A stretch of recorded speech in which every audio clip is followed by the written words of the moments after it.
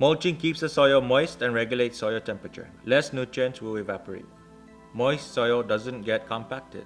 The roots of the crops have it easier to dig through the ground and grow faster, enabling the plants to take up more nutrients. Furthermore, the force of falling raindrops will be reduced. Less soil is sprayed around from the falling water.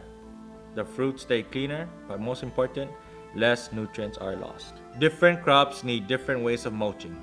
Organic mulching with paper shreds or paper cuttings are best for corn or string beans. Plastic mulching has the most advantages for tomatoes, okra, eggplant, peppers, or melon. Mulching seems to be labor-intensive on the first look, but actually the savings in cost for manual weed pulling, herbicides, and watering in combination with higher yield of quality crop brings mulching in a very favorable light.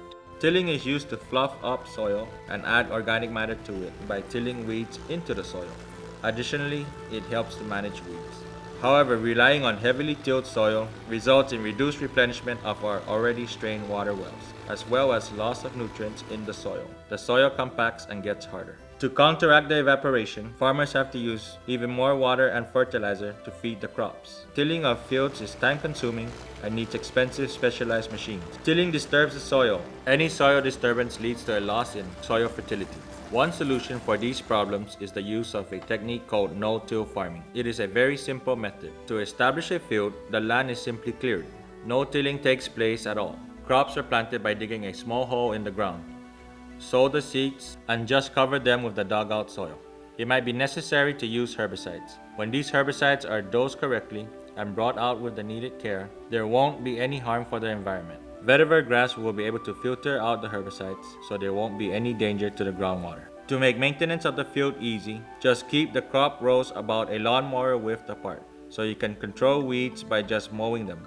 Leaving the clippings behind adds organic matters to the soil, thus promotes soil fertility even more. Additionally, the clippings function as mulch. It is an additional way to control weeds, as the mulch prevents weeds from growing. The main advantages of the no-till method are reduction of erosion from water and wind, less sedimentation, maintained or even increased levels of organic matter in the soil, and therefore minimize needs for fertilizers, provision of habitats for useful insects, and most important, improved quality of groundwater and air on-site and off-site. The no-till farming technique works well with several root crops: tapioca, tomato, melons, bananas, fruit trees, pineapple, long beans, and many others. Basically, any crop that can be transplanted is usable for no-till farming. Considering the long drought season in the CNMI, the use of water has to be managed wisely. Water resources are scarce and groundwater levels are depleting. Many parts of Saipan are on a water scheduling system. Some wells around the islands have been measured with a salt content of 1 parts per thousand, which adds to the water supply problem. Farmers and the non-farming community compete for water. To ease these water supply problems, NMC-CREES propagates micro-irrigation systems. These systems are in use in the US mainland already for years. Set up and maintained correctly, they can save up to 50% on water for a farm. The use of fertilizers is reduced. Micro-irrigation saves the farmer a good amount of money, and the community gains a better quality and availability of water. Micro-irrigation systems are defined as irrigation systems for frequent application of small quantities of water on or below the soil surface, as drops, tiny streams, or miniature spray-through emitters placed along a water delivery line. In plain English, it simply means that micro-irrigation uses mini sprinklers, seeping hoses, or bubblers to release small, exactly dosed amounts of water directly to where the crops need it, at the roots. Micro-irrigation systems have the advantage for the community that there is less strain on the groundwater. The reduced use of chemicals protect the water quality. The higher yield of crops helps to nourish the island with less reliance on expensive imports. Micro-irrigation can be used for nearly every crop that is produced in the CNMI.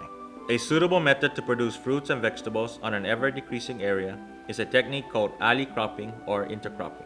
Alley cropping can be compared to the building of skyscrapers on the small, valuable space of inner cities. It adds the third dimension to farming.